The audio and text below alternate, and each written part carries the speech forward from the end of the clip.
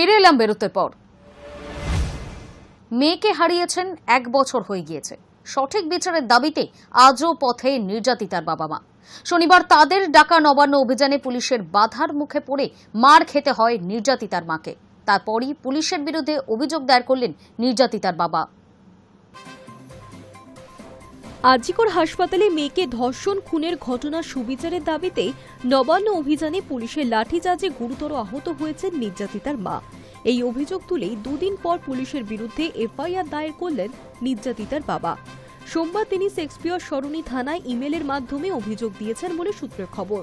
অভিযোগপত্রে তার দাবি, সেদিন অভিযানের সময় প্রথমে তার স্ত্রীর হাতের শাখা ভেঙে দেওয়া হয়, তারপর মাথা ও পিঠে আঘাত করে পুলিশ।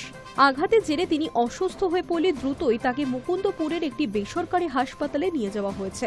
শুধু পুলিশই নয়, হাসপাতাল কর্তৃপক্ষকেও কাঠগড়ায় তুলেছেন নির্যাতিতার বাবা। তার অভিযোগ, হাসপাতালে প্রায় 24 ঘন্টা পর্যবেক্ষণে রাখার পরও কোনো ইনজুরি সার্টিফিকেট দেওয়া হয়নি। পরিবর্তে হাতে আসে একটি ডিসচার্জের রিপোর্ট, যেখানে পুলিশের হামলার প্রসঙ্গ বাদ দিয়ে কেবল হেড ইনজুরি উল্লেখ করা হয়েছে। এই অসঙ্গতি নিয়ে ক্ষোভ প্রকাশ করেছেন তিনি। শনিবার নবান্ন অভিযানে ডাক দিয়েছিলেন নির্যাতিতার মা বাবা। তাদের ডাকে সাড়া দিয়ে মিছিলে যোগ দিয়েছিল বিজেপি। তবে দলীয় পতাকা ছাড়া পথে নামেন শুভেন্দু অধিকারীরা। দুপুর 12টা নাগাদ ধর্মতলা থেকে রওনা হওয়া মিছিল পার্ক স্ট্রিট মোড়ে পৌঁছতেই পুলিশ ব্যারিকেড দিয়ে পথ আটকায়। কিছুক্ষণ পরেই পুলিশের সঙ্গে আন্দোলনকারীদের ধস্তাধস্তি শুরু হয়। অভিযোগ, এই সময় মহিলা পুলিশ কর্মীর লাঠির আঘাতেই নির্যাতিতার মায়ের কপালে চোট লাগে, কপাল ফুলে যায়, হাতের শাখা পলা ভেঙে যায়। ধস্তাধস্তির পর নির্ধারিত পথ ধরে রওনা হন নির্যাতিতার মা বাবা। তাদের সঙ্গে ছিলেন প্রায় 30 জন সমর্থক, যাদের মধ্যে শুভেন্দু অধিকারীর ঘনিষ্ঠ কৌস্তব বাগচিও ছিলেন। তারা রেস কোর্সের পাশ দিয়ে দ্বিতীয় হুগলি সেতুর দিকে এগোতে থাকে। তবে মূল মিছিল তখনও পার্ক স্ট্রিট মোড়েই আটকে থাকে। নির্যাতিতার বাবা মায়ের অভিযোগ, রেস কোর্সের কাছেও তাদের পথ আটকে দেয় পুলিশ। সেখানে একের পর এক গ্রিল, শালবল্লা ও বাঁশের ব্যারিকেড বসানো হয়। মিছিল শুরুর আগে থেকেই পুলিশের বিরুদ্ধে ক্ষোভ প্রকাশ করেছিলেন নির্যাতিতার বাবা। তার অভিযোগ, তাদের গাড়ি একাধিকবার আটকানো হয়েছে, এমনকি পুলিশের চোখ এড়িয়ে ধর্মতলায় পৌঁছতে হয়েছে। হাইকোর্ট শান্তিপূর্ণ প্রতিবাদের অনুমতি দিলেও পথে পথে ব্যারিকেড বসানো হয়েছে বলে অভিযোগ তার। Hi News Network. ভোররাতে শামশেরগঞ্জে ভয়াবহ গঙ্গা ভাঙন। বাড়িতে ঘুমিয়ে থাকা অবস্থায় গঙ্গায় ভাঙন। কোনো রকমে পালিয়ে প্রাণে বেঁচেছেন স্থানীয় বাসিন্দারা। ভাঙনের জেরে তলিয়ে গেল 8 থেকে 10টি বাড়ি। আতঙ্ক ও চাঞ্চল্য উত্তর চাচণ্ড এবং মধ্য চাচণ্ড গ্রাম জুড়ে। ভোররাতে শামশেরগঞ্জে ভয়াবহ গঙ্গা ভাঙন। বাড়িতে ঘুমিয়ে থাকা অবস্থায় গঙ্গায় ভাঙন। কোনো রকমে পালিয়ে প্রাণে বেঁচেছেন স্থানীয় বাসিন্দারা। ভাঙনের জেরে তলিয়ে গেল 8 থেকে 10টি বাড়ি। আতঙ্ক ও চাঞ্চল্য উত্তর চাচণ্ড ও মধ্য চাচণ্ড গ্রাম জুড়ে। মঙ্গলবার ভোররাত থেকে শুরু হয়েছে এই ভয়াবহ ভাঙন। হঠাৎ করে ভাঙনের ফলে ঘরের আসবাবপত্র সবকিছুই গঙ্গা গর্ভে তলিয়ে গিয়েছে। গঙ্গায় তলিয়ে গিয়েছে বেশ কয়েকটি গরু, তলিয়ে গিয়েছে বহু গাছপালা। ফাটল ধরেছে গঙ্গা সংলগ্ন এলাকায় থাকা প্রাচীন কালী মন্দিরে। মনে করা হচ্ছে যে কোনো মুহূর্তে তলিয়ে যেতে পারে মন্দিরটি। মঙ্গলবার সকাল থেকে আতঙ্ক আর হুড়োহুড়িতে গোটা গ্রাম। বাড়ির আসবাবপত্র নিয়ে অন্যত্র পালাচ্ছেন সাধারণ মানুষ। কোথায় যাবেন, কি করবেন ভেবে পাচ্ছেন না তারা।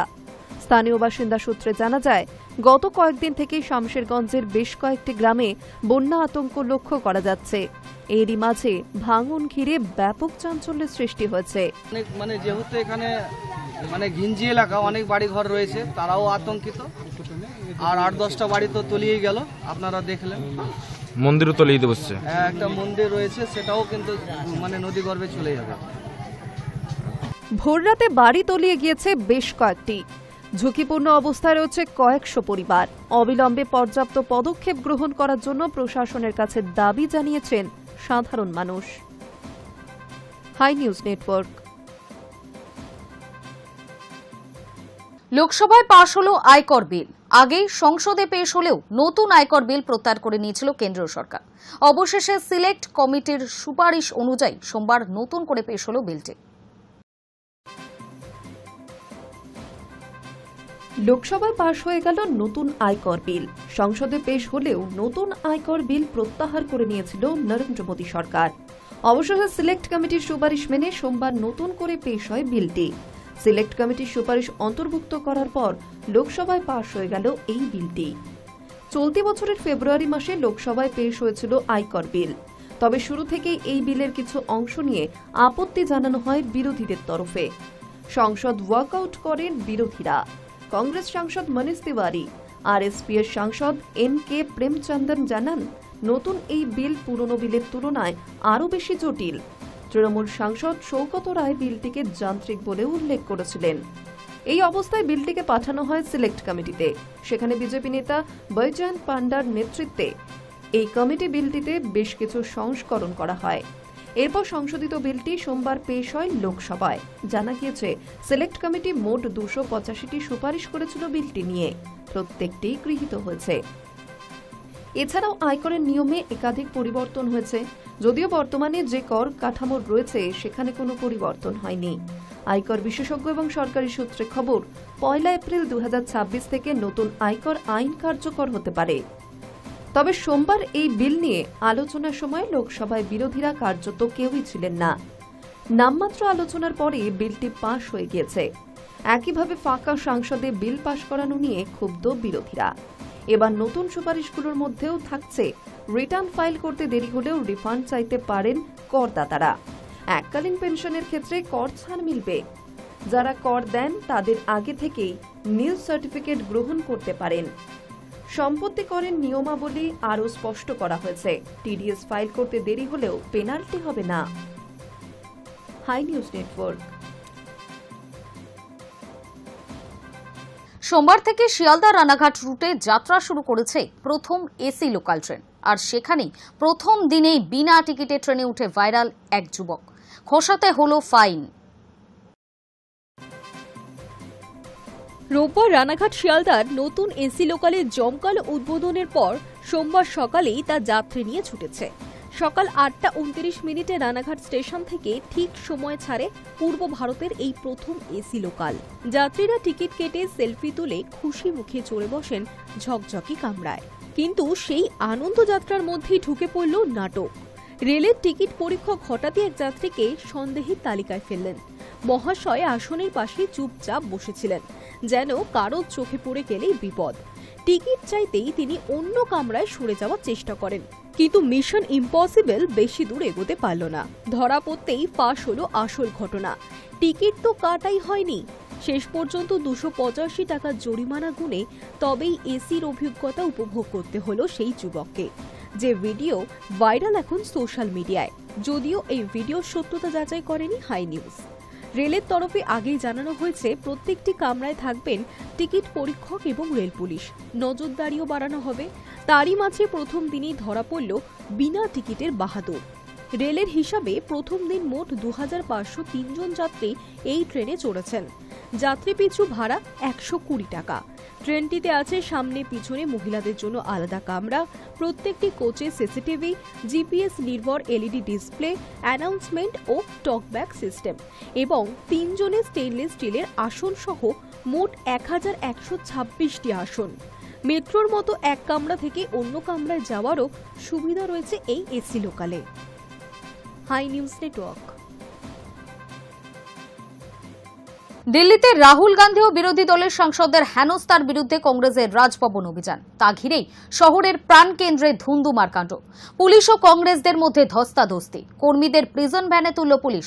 আটক করা হয়েছে প্রদেশ কংগ্রেস সভাপতি শুভঙ্কর সরকার ও কর্মী সমর্থকদের।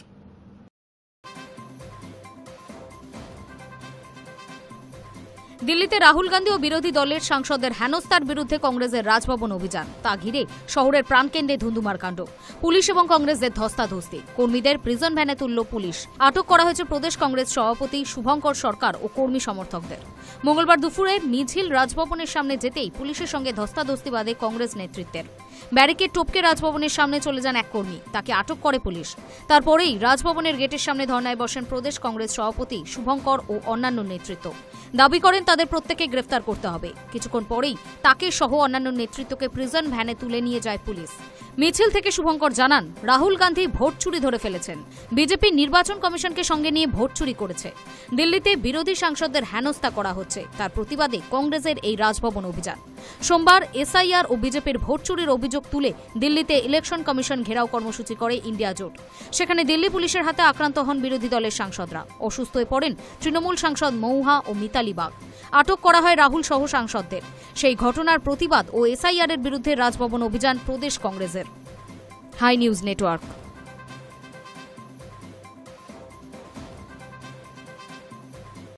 উত্তরবঙ্গে চলছে একটানা ভারী বর্ষণ। অন্যদিকে মাঝে দিন কয়েকের দুর্যোগের পর আপাতত ঝড় বৃষ্টির প্রকোপ কমেছে দক্ষিণবঙ্গে। গরমের কারণে বাড়ছে অস্বস্তিও। আলিপুর আবহাওয়া দফতর জানিয়েছে, বুধবার উত্তর পশ্চিম ও মধ্য বঙ্গোপসাগরে নতুন করে একটি নিম্নচাপ তৈরির আশঙ্কা রয়েছে। তার জেরে বুধবারের পর থেকে ফের ঝড় বৃষ্টি বাড়তে পারে দক্ষিণের জেলাগুলিতে। হাওয়া অফিস জানিয়েছে, মৌসুমী অক্ষরেখা এই মুহূর্তে জলপাইগুড়ির উপর দিয়ে অরুণাচল প্রদেশ পর্যন্ত বিস্তৃত। তাছাড়া বুধবার সাগরে তৈরি হওয়া নিম্নচাপ আগামী কয়েকদিনে ক্রমশ শক্তি বৃদ্ধি করবে। ফলে উত্তরবঙ্গের পাশাপাশি দক্ষিণবঙ্গেও ফের দুর্যোগ শুরু হওয়ার সম্ভাবনা রয়েছে। মঙ্গল ও বুধবার বাংলা এবং সংলগ্ন ওড়িশার উপকূলে সমুদ্রও উত্তাল থাকতে পারে। তার জেরে মৎস্যজীবীদের জন্য সতর্ক বার্তা জারি করেছে আবহাওয়া দফতর। মঙ্গলবার দক্ষিণবঙ্গে বৃষ্টির সম্ভাবনা কম, তবে উত্তর ও দক্ষিণ 24 পরগনা, পূর্ব ও পশ্চিম মেদিনীপুর এবং নদিয়ায় বজ্রবিদ্যুৎ সহ হালকা থেকে মাঝারি বৃষ্টির সম্ভাবনা রয়েছে। বৃষ্টির পাশাপাশি ঘণ্টায় 30 থেকে 40 কিলোমিটার বেগে ঝড়ও বইতে পারে। বুধবার উপকূলের জেলাগুলিতে বৃষ্টির সম্ভাবনা বাড়বে। ওই দিন 2 24 পরগনা, 2 মেদিনীপুর এবং নদিয়ার পাশাপাশি ঝাড়গ্রামেও ঝড় বৃষ্টি হতে পারে। বৃহস্পতিবার ও শুক্রবার দক্ষিণবঙ্গের প্রায় সব জেলাতেই বজ্রবিদ্যুৎ সহ ঝড় বৃষ্টির হলুদ সতর্কতা জারি। অন্যদিকে উত্তরবঙ্গে আপাতত দুর্যোগ কমার কোনো সম্ভাবনাই নেই। দার্জিলিং এবং কালিম্পংয়ের পার্বত্য এলাকায় ধস নামার আশঙ্কা দেখা দিয়েছে। ধস নামতে পারে সিকিমেও। টানা বৃষ্টির জেরে তিস্তা, তোরসা এবং জলঢাকা নদীতে জলস্তর বাড়তে পারে বলেও জানিয়েছে আলিপুর। বুধবার জলপাইগুড়ি এবং আলিপুরদুয়ার জেলায় অতি ভারী বৃষ্টির কমলা সতর্কতা রয়েছে। দার্জিলিং, কালিম্পং এবং কোচবিহারেও এদিন বিক্ষিপ্তভাবে ভারী বৃষ্টি হতে পারে। বৃহস্পতিবার ভারী বৃষ্টি হতে পারে আলিপুরদুয়ার ও জলপাইগুড়ি জেলায়। মঙ্গলবার কলকাতায় তেমন বৃষ্টির সম্ভাবনা নেই। আকাশ আংশিক মেঘলা থাকলেও বৃষ্টির সম্ভাবনা কম। তবে বাতাসে জলীয় বাষ্প থাকায় বেলা বাড়লে আর্দ্রতাজনিত অস্বস্তি বাড়তে পারে। Hi News Network. News today এখনকার মতো এই পর্যন্তই। নজর রাখুন হাই নিউজে, নির্ভীক নিরপেক্ষ।